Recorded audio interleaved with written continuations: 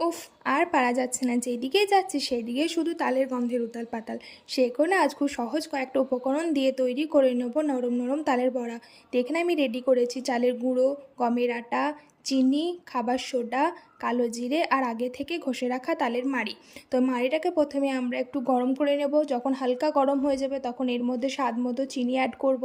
চিনি অ্যাড করার পর যখন এটা হালকা উতলে যাবে, উতলে যাওয়ার পর ঠান্ডা করার পর এর মধ্যে আমরা কালো জিরে, খাবার সোডা, চালের গুঁড়ো আর সামান্য পরিমাণে গমের আটা অ্যাড করে খুব সুন্দর করে একটা ব্যাটার তৈরি করে নেব।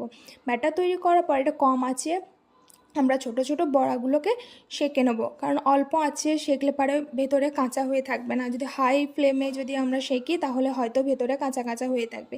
তো ছোট্ট ছোট সাইজ করে আমরা বড়াগুলোকে খুব সুন্দর করে, কালার দেখো খুব সুন্দর কালার চলে এসছে।